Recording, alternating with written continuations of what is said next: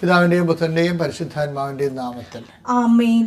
ഇന്ന് മാർച്ച് 18 ചൊവ്വാഴ്ച. നിങ്ങൾക്ക് പ്രാർത്ഥിക്കാം. അമ്മേ പരിശുദ്ധമ്മേ, അമ്മേ പരിശുദ്ധമ്മേ, ദേവമാതാവേ, ദൈവമാതാവേ, കൃപാസനത്തിലൂടെ ഞങ്ങൾക്കും ഞങ്ങളുടെ ദേശത്തിനും അമ്മ മാധ്യസ്ഥം തേടി തന്ന എല്ലാ അനുഗ്രഹങ്ങൾക്കും കൃപകൾക്കും ഞങ്ങളിപ്പോൾ ഹൃദയം നിറഞ്ഞ നന്ദി പറയുന്നു. അമ്മേ പരിശുദ്ധമ്മേ, ദേവമാതാവേ, 2004 ഡിസംബർ 7 തീയതി ഉച്ചകഴിഞ്ഞ് 2:30 കൃപാസനത്തിൽ സംഭവിച്ച അമ്മയുടെ പ്രത്യക്ഷപ്പെടലിനെ കുറിച്ച് തിരുസഭയ്ക്ക് സമർപ്പിച്ചിരിക്കുന്ന പഠനരേഖകളുടെ മേൽ സഭാത്മകമായ പഠനം ആരംഭിക്കുവാൻ ഞങ്ങൾ താഴ്മയോടെ അങ്ങയോട് അപേക്ഷിക്കുന്നു.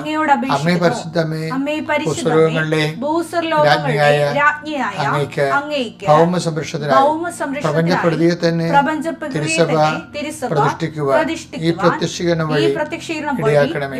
പരിശുദ്ധമേ, ജപമാല മാതാവേ, സകല കൃപാസനം പ്രാർത്ഥനയോടും ചേർത്ത് ഞങ്ങളിപ്പോൾ പ്രാർത്ഥിക്കുന്ന ഈ കുടുംബത്തിന്റെ പ്രത്യേക നിയോഗം പറ മക്കളെ.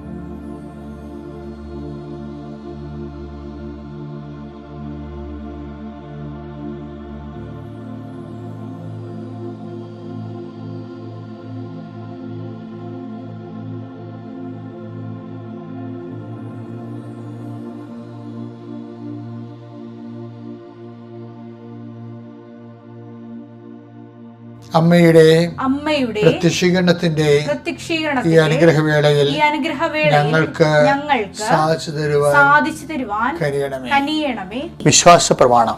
സർവശക്തനായ പിതാവും ആകാശത്തിന്റെയും ഭൂമിയുടെയും സൃഷ്ടാവുമായ ദൈവത്തിൽ ഞാൻ വിശ്വസിക്കുന്നു. അവിടുത്തെ ഏകപുത്രനും ഞങ്ങളുടെ കർത്താവുമായ ഈശോ മിശിഹായിലും ഞാൻ വിശ്വസിക്കുന്നു. ഈ പുത്രൻ പരിശുദ്ധാത്മാവിനാൽ ഗർഭസ്ഥനായി കന്യകാമറിയത്തിൽ നിന്ന് പിറന്ന് പൊന്തിയോസ് പീലാത്തോസിന്റെ കാലത്ത് പീഡകൾ സഹിച്ച് കുരിശിൽ തറയ്ക്കപ്പെട്ട് മരിച്ച് അടക്കപ്പെട്ട് പാതാളങ്ങളിൽ ഇറങ്ങി മരിച്ചവരുടെ ഇടയിൽ നിന്ന് 3-ാം നാൾ ഉയർത്ത് സ്വർഗത്തിലേക്ക് എഴുന്നള്ളി സർവശക്തിയുള്ള പിതാവായ ദൈവത്തിന്റെ വലതുഭാഗത്തിരിക്കുന്നു. അവിടെ നിന്ന് ജീവിക്കുന്നവരെയും മരിച്ചവരെയും വിധിക്കുവാൻ വരുമെന്നും ഞാൻ വിശ്വസിക്കുന്നു. പരിശുദ്ധാത്മാവിലും ഞാൻ വിശ്വസിക്കുന്നു. വിശുദ്ധ കത്തോലിക്കാ സഭയിലും പുണ്യവാന്മാരുടെ ഐക്യത്തിലും പാപങ്ങളുടെ മോചനത്തിലും ശരീരത്തിന്റെ ഉയർപ്പിലും നിത്യമായ ജീവിതത്തിലും ഞാൻ വിശ്വസിക്കുന്നു. ആമേൻ. സ്വർഗ്ഗസ്ഥനായ ഞങ്ങളുടെ പിതാവേ, അങ്ങയുടെ നാമം പൂജിതമാകണമേ. അങ്ങയുടെ രാജ്യം വരണമേ. അങ്ങയുടെ തിരുമനസ് സ്വർഗത്തിലെ പോലെ ഭൂമിയിലും ആകണമേ. അന്നു വേണ്ടുന്ന ആഹാരം ഇന്ന് ഞങ്ങൾക്ക് തരണമേ. ഞങ്ങളോട് തെറ്റ് ചെയ്യുന്നവരോട് ഞങ്ങൾ ക്ഷമിക്കുന്നത് പോലെ ഞങ്ങളുടെ തെറ്റുകൾ ഞങ്ങളോടും ക്ഷമിക്കണമേ. ഞങ്ങളെ പ്രലോഭനത്തിൽ ഉൾപ്പെടുത്തരുതേ, തിന്മയിൽ ഞങ്ങൾ രക്ഷിക്കണമേ. ആമേൻ. നന്മ നിറഞ്ഞ മറിയമേ, സ്വസ്തി. കർത്താവ് അങ്ങയുടെ കൂടെ സ്ത്രീകളിൽ അങ്ങ് അനുഗ്രഹിക്കപ്പെട്ടവളാകുന്നു. അങ്ങയുടെ ഉദരത്തിൻ ഫലമായി ഈശോ അനുഗ്രഹിക്കപ്പെട്ടവനാകുന്നു. പരിശുദ്ധ മറിയമേ, തമ്പുരാന്റെ അമ്മേ, പാപികളായ ഞങ്ങൾക്ക് വേണ്ടി ഇപ്പോഴും ഞങ്ങളുടെ മരണസമയത്തും തമ്പുരാനോട് അപേക്ഷിക്കണമേ. ആമേൻ. എൻ്റെ പ്രിയപ്പെട്ടവരെ, ഇന്നത്തെ ഇതിൻ്റെ പേര് അന്നു വേണ്ട ആഹാരം എന്ന അവർ ഡെയിലി ബ്രെഡ്. ഇപ്പം ഡെയിലി ബ്രെഡ് എന്നൊക്കെ ഓരോ സ്ഥലങ്ങളിൽ ഇതുപോലെയുള്ള ശുശ്രൂഷ ഉണ്ട്. നമ്മുടെ പേര് അവർ ഡെയിലി ബ്രെഡ് എന്ന്. നമ്മുടെ ഇന്നത്തെ ജീവിതത്തിന് ആവശ്യമായ ദൈവാനുഗ്രഹം പ്രാപിക്കാനാണ് നമ്മൾ നിയോഗം വെച്ചിരിക്കുന്ന വിഷയത്തിൻ്റെ മേലുള്ള ദൈവിക പ്രാർത്ഥന. കർത്താവേ, ഞങ്ങൾ അല്പസമയം മുമ്പ് നിയോഗം വെച്ച വിഷയങ്ങൾ അങ്ങയുടെ മക്കൾ ലോകം മുഴുവനും നിയോഗം വെച്ച എല്ലാ വിഷയങ്ങളെയും ഞാൻ അങ്ങയുടെ ഉന്നതമായ 39 വർഷം ഞാൻ അർപ്പിച്ച കൃപാനയുടെ യോഗ്യതയാൽ കൃപാസ്ഥാനത്താറെ ജീവനോടെ പ്രത്യക്ഷപ്പെട്ട പരിശുദ്ധ അമ്മയുടെ മാധ്യസ്ഥത്തിൽ അങ്ങയുടെ മക്കൾ ഇപ്പം നിയോഗം വെച്ച വിഷയത്തിന് മേലെ കർത്താവ് ഇന്ന് തന്നെ അല്ലെങ്കിൽ ഈ ആഴ്ചയിലാണ് അടയാളം കിട്ടണമെങ്കിൽ കർത്താവ് താമസം വിന അവർക്ക് അടയാളം നൽകി അവർക്ക് കർത്താവ് എല്ലാവർക്കും ഈ പ്രാർത്ഥന അവരുടെ ജീവിതത്തിൻ്റെ ഒരു ശ്വസിക്കണ പോലെ തോന്നാൻ, അവർ പ്രാണവായു പോലെ തോന്നണമേ കർത്താവേ. അവർക്ക് ആത്മവിശ്വാസത്തോടെ ജീവിക്കാൻ വേണ്ടി മനുഷ്യനെ ഈ പ്രാർത്ഥനയുടെ നിങ്ങൾ ഒരുക്കുന്നതിന് നന്ദി പറയുന്നു കർത്താവേ. കർത്താവെ, ജീവിത ഒരു പൈതലിന് വേണ്ടി പ്രാർത്ഥിക്കുന്നുണ്ട്. മറ്റുള്ളവരുടെ കയ്യിൽ കുഞ്ഞുങ്ങളെ കാണുമ്പോൾ സങ്കടപ്പെട്ട് നിരാശപ്പെട്ട് ഭക്തിയും വിശ്വാസം കുറഞ്ഞു പോണ അത്രയും വൈകാരികമായിട്ട് ആ വിഷയങ്ങളെ കാണുന്നവരുണ്ട്. ഈശോയെ കർത്താവെ, അവരെയൊക്കെ നീ തീർച്ചയായിട്ടും അനുഗ്രഹിക്കണം, അല്ലെങ്കിൽ അതൊക്കെ ജീവിച്ചിരിക്കത്തില്ല. അഥവാ ജീവിച്ചിരിക്കണമെങ്കിൽ തന്നെ ചത്തതുപോലെ ജീവിക്കും. കർത്താവെ, നിൻ്റെ വലിയ സ്നേഹത്താൽ അതുപോലെ വിവാഹം ഒത്തു വരുന്നില്ലല്ലോ, എല്ലാവർക്കും ജീവിത പങ്കാളികളായല്ലോ, ഞാൻ ഒറ്റപ്പെട്ടു പോയല്ലോ എന്നൊക്കെ വിചാരിക്കുന്ന പുരുഷനെയും സ്ത്രീയും ഉണ്ട് കർത്താവെ. അവിടെയൊക്കെ മനോവികാരങ്ങളും മനോനൊമ്പരങ്ങളും എന്നൊക്കെ അപർണനീയവും പറഞ്ഞറിയിക്കാൻ പറ്റാത്തതും ആർക്കും ആശ്വസിപ്പിക്കാൻ പറ്റാത്തതുമാണ് കർത്താവെ. ആർക്കും ആശ്വസിപ്പിക്കാൻ പറ്റാത്തത് നിനക്ക് ആശ്വസിപ്പിക്കാൻ പറ്റുമെന്ന് ഞങ്ങൾ പൂർണ്ണമായ അനുഭവം കൊണ്ട് തിരിച്ചറിയുന്ന കർത്താവെ. കർത്താവെ, നിൻ്റെ വിശുദ്ധ പൗരോഹിത്യത്തെ നീ മഹത്വപ്പെടുത്തണമേ കർത്താവെ. മക്കളെ നീ സ്വച്ച് പ്രാർത്ഥിക്കുന്നു. അവിടെ പഠനങ്ങളെ കുറച്ചുപേരുടെ പരീക്ഷ തീരാൻ പോകുന്നു, കുറച്ചുപേർ വീണ്ടും പരീക്ഷ കണ്ടിന്യൂ ചെയ്യുന്നു. കർത്താവെ, എല്ലാവരെയും അവർക്കൊരു ഉപരി വിദ്യാഭ്യാസം കിട്ടുന്ന രീതിയിൽ കർത്താവെ എങ്ങനെ അവരെ സന്ധിക്കണമെന്ന് പ്രാർത്ഥിക്കുന്നു. അവിടെ കഴിവല്ല, അവർക്ക് അനുതാപവും അച്ചാത്തവും ഉണ്ട്. ഇനി ഞങ്ങൾക്ക് പഠിക്കാനൊരു അവസരം കിട്ടിയാൽ, ഞങ്ങൾ ഈ പരീക്ഷയിൽ വിജയിപ്പിച്ചാൽ തീർച്ചയായിട്ടും ഞങ്ങൾ കർത്താവെ ആത്മാർത്ഥമായിട്ട് ദൈവത്തിൻ്റെ കാര്യങ്ങൾ അന്വേഷിച്ചുകൊണ്ട് അങ്ങയ്ക്ക് വേണ്ടി ജീവിക്കുമെന്ന് പറയുന്ന മക്കളുണ്ട്. അവരെ നീ പ്രത്യേകം സന്ധിക്കണമെന്ന് പ്രാർത്ഥിക്കുന്ന കർത്താവെ. ഒരു പിടി മണ്ണില്ലാത്തവർ, ഒരു കൂര കുത്താൻ ഇടമില്ലാത്തവരുണ്ട് ഈശോയെ. അതേസമയം തന്നെ കർത്താവ് വാടകയ്ക്ക് വന്നിട്ട് ഇറങ്ങിപ്പോകുന്നില്ല എന്ന് ഒത്തിരി കംപ്ലൈൻറ്റുകൾ വരുന്നുണ്ട് ഈശോയെ. അത് പോലീസ് വഴക്കം കേസൊക്കെ ആയിട്ട് മാറുന്നുണ്ട് ഈശോയെ. അതേസമയം തന്നെ കർത്താവ് പല സങ്കടങ്ങളിൽ പ്രതിരോധിക്കാൻ നിവൃത്തിയില്ലാത്തവരുടെ ഭയങ്കരമായ അൺജസ്റ്റ് അഗ്രസീവ്നെസ് പോലെയുള്ള അനീതി അക്രമങ്ങളും നടക്കുന്നുണ്ട് ഈശോയെ. ബലഹീനന്മാർ ചൂഷണം ചെയ്യപ്പെടുന്നുണ്ട് ഈശോയെ. കർത്താവ്, ഇന്ന് ഈ ആഴ്ചയിൽ യാത്ര ചെയ്യുന്നുണ്ട് ഈശോയെ. ഈ യാത്രയിൽ ഓരോരോ വിഷയങ്ങളിലെ പുതുതായിട്ട് കർത്താവ് ഉത്തമ ബോധ്യത്തോടെ പുതുതായിട്ട് സംരംഭങ്ങൾ ചെയ്തിട്ടുള്ളവരുണ്ട് ഈശോയെ. പുതിയ ബിസിനസ് തുടങ്ങിയിട്ടുള്ളവരുണ്ട് ഈശോയെ. തുടങ്ങാമെന്ന് ആലോചിച്ചുകൊണ്ട് ബാങ്കിലും മറ്റു പല സ്ഥലങ്ങളിലുമൊക്കെ കറങ്ങി നടക്കുന്നുണ്ട് ഈശോയെ. ഭയങ്കര ചെന്നിട്ട് ഒരു കാര്യങ്ങളും കർത്താവ് അടുപ്പിക്കാത്ത സ്ഥലങ്ങളുണ്ട് ഈശോയെ. പക്ഷേ ചെയ്താൽ വിജയിക്കുന്ന ഞങ്ങൾക്ക് അറിയാവുന്ന എല്ലാ വിഷയത്തിൻ്റെ പേരും കർത്താവെ അങ്ങ് തന്നെ ഇടപെട്ടവരെ സന്ധിക്കണം പ്രാർത്ഥിക്കുന്ന കർത്താവെ. കർത്താവ്, രോഗികൾ ആശുപത്രി കിടക്കുന്നുണ്ട് ഈശോയെ. അതുപോലെ രോഗികളിൽ നിന്ന് ടെസ്റ്റിനും അതുപോലെ തന്നെ പലതരത്തിലുള്ള FNAC ടെസ്റ്റിനും സാമ്പിൾ ടെസ്റ്റിനും ഒക്കെ പോകുന്നുണ്ട് ഈശോയെ. അവരൊരു കാരണവശാലും കർത്താവ് പോസിറ്റീവ് ആകല്ലേ, നെഗറ്റീവ് ആയിരിക്കണമെന്ന് പ്രാർത്ഥിക്കുന്നുണ്ട് ഈശോയെ. അവരെ എല്ലാം സമർപ്പിച്ചിട്ട് പ്രാർത്ഥിക്കുന്നു. അവിടെ ബൈസ്റ്റാൻഡറായിട്ട് അവിടെ കൂടെ പോകുന്ന പ്രാർത്ഥിക്കുന്നു. എന്തെങ്കിലും രോഗം സംഭവിച്ചാൽ മുടക്കാൻ ഒരു ഇഞ്ചക്ഷൻ്റെ കാശ് പോലും തങ്ങളുടെ കയ്യിൽ നിന്ന് ഓർത്തുകൊണ്ട് വേദനിക്കുന്നുണ്ട് ഈശോയെ.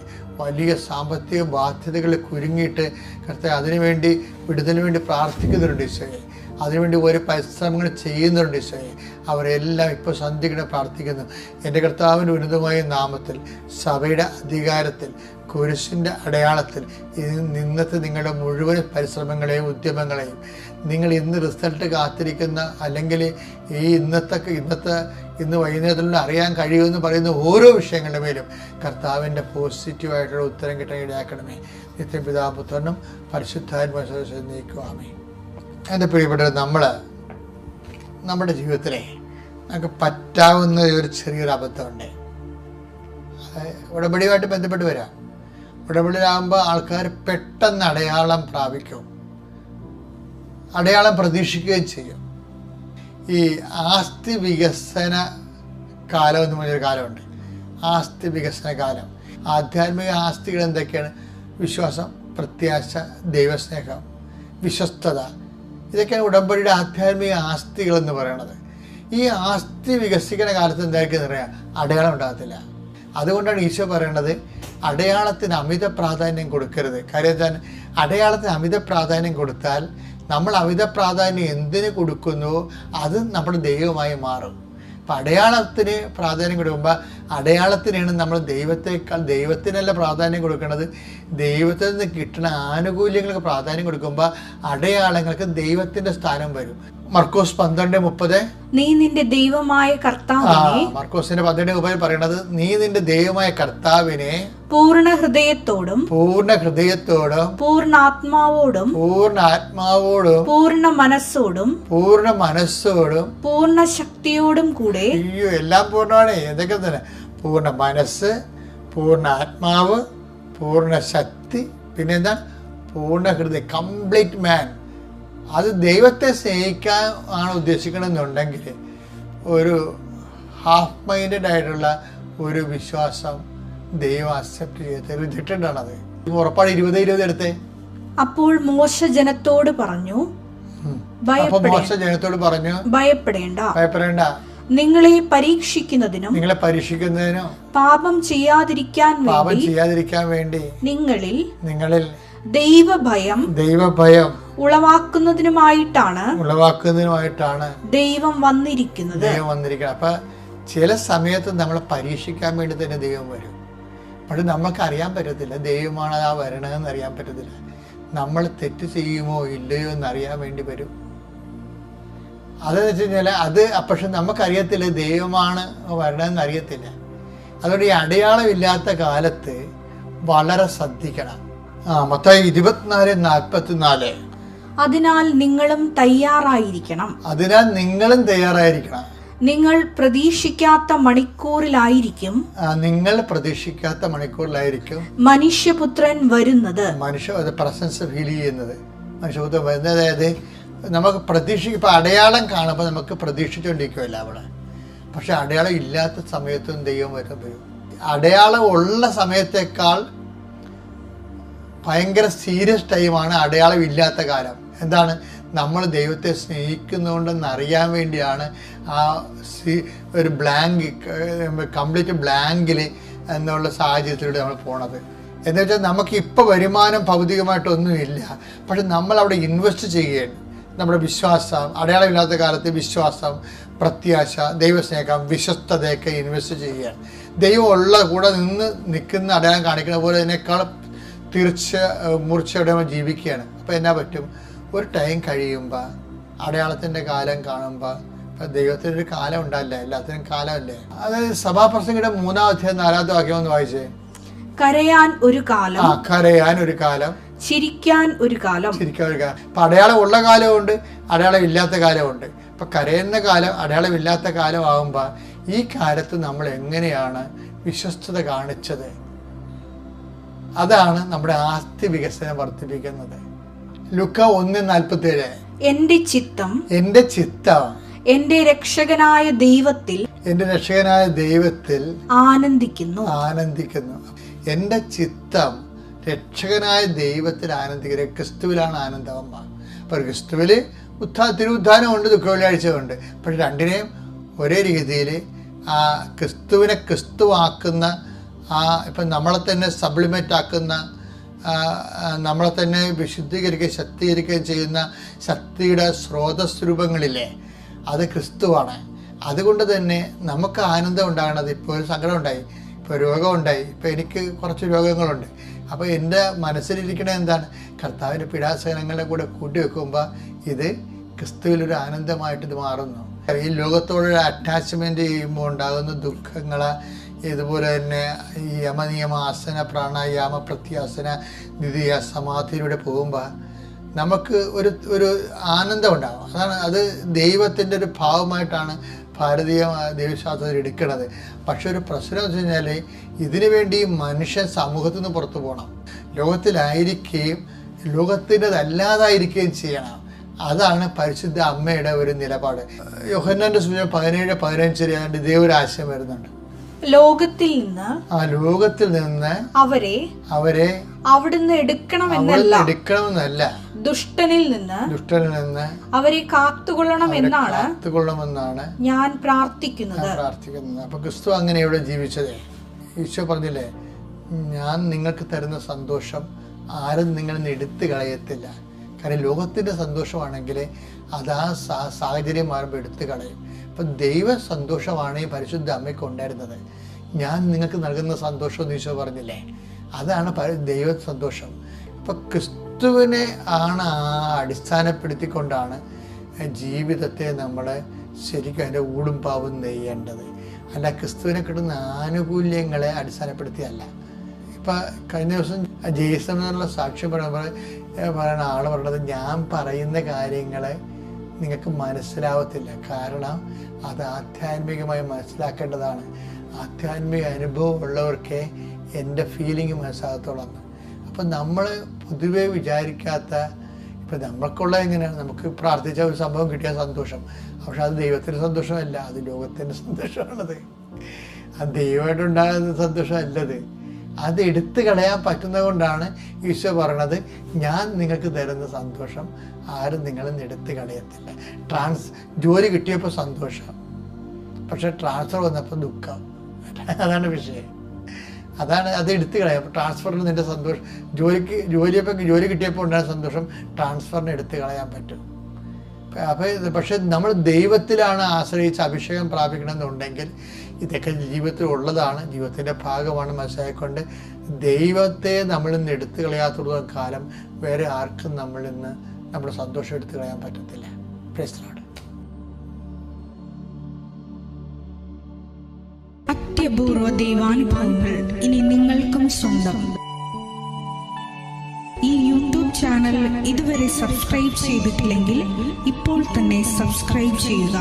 ഈ വീഡിയോ ഇപ്പോൾ തന്നെ നിങ്ങളുടെ സുഹൃത്തുക്കൾക്ക് ഷെയർ ചെയ്തുകൊണ്ട് കർത്താവിന്റെ പ്രേക്ഷിതരാകുക.